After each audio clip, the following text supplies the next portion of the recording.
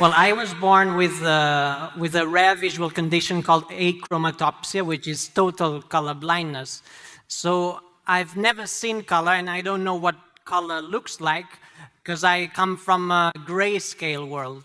To me, the sky is always gray, flowers are always gray, and television is still in black and white. But since the age of 21, instead of seeing color, I can hear color.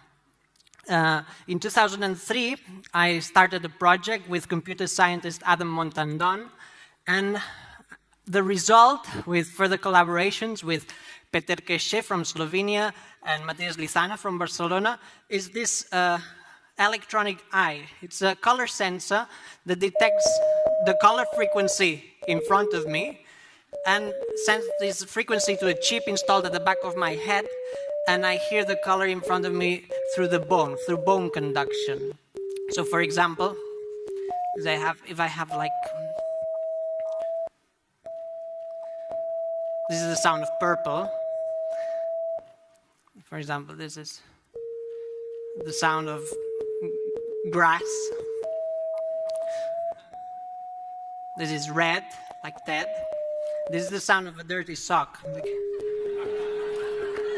which is like yellow, this one.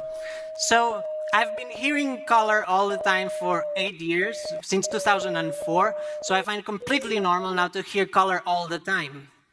At start, though, I had to memorize the names you give for each color, so I had to memorize the notes, but after some time, all this information became a perception. I didn't have to think about the notes, and after some time, this perception became a feeling. I started to have favorite colors, and I started to dream in color. So when I started to dream in color is when I felt that the software and my brain had united, because in my dreams, it was my brain creating electronic sounds. It wasn't the software. So that's when I started to feel like a cyborg. It's when I started to feel that the cybernetic device was no longer a device.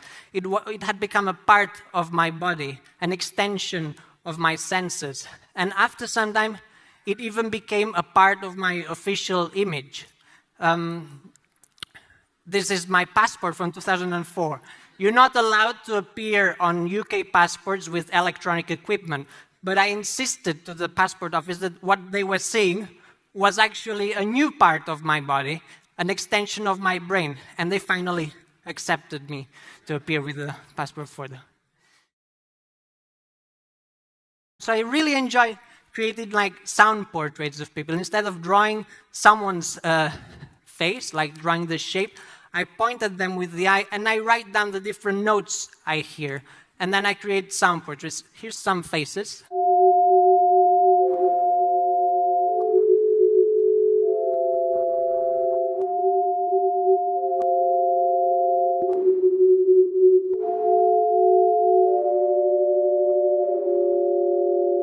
Yeah, Nicole Kidman sounds good.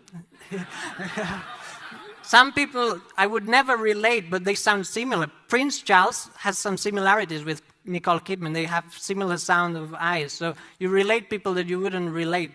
And you can actually also create sound, concerts by looking at the audience faces. So I connect the eye and then I play the audience's faces. The good thing about this is if the concert doesn't sound good, it's their fault. It's not my fault. And so another thing that happens is that I started having this secondary effect, that normal sounds started to become color. I heard a telephone tone and it felt green because it sounded just like the color green. The BBC beeps, they sound turquoise. And listening to Mozart became a yellow experience. So I started to paint music and paint people's voices, because people's voices have frequencies that I relate to color. And here's some music translated into color. For example, Mozart, Queen of the Night, looks like this. Very yellow and very colorful because there's many different frequencies.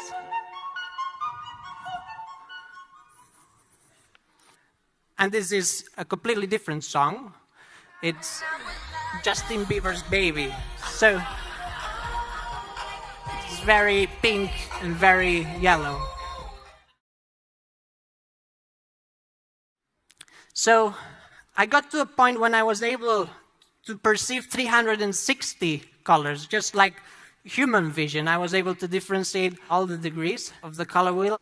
But then I just thought that this human vision wasn't good enough. There's many, many more colors around us that we cannot perceive, but the electronic eyes can perceive. So I decided to continue extending my color senses, and I added infrared and I added ultraviolet to the color to sound scale. So now I can hear colors that the human eye cannot perceive.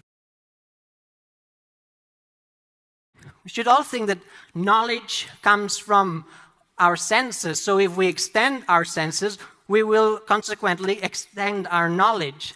I think life will be much more exciting when we stop creating applications for mobile phones and we start creating applications for our own body. I think this will be a big, big change that we'll see during this century. So I do encourage you all to think about which senses you'd like to extend.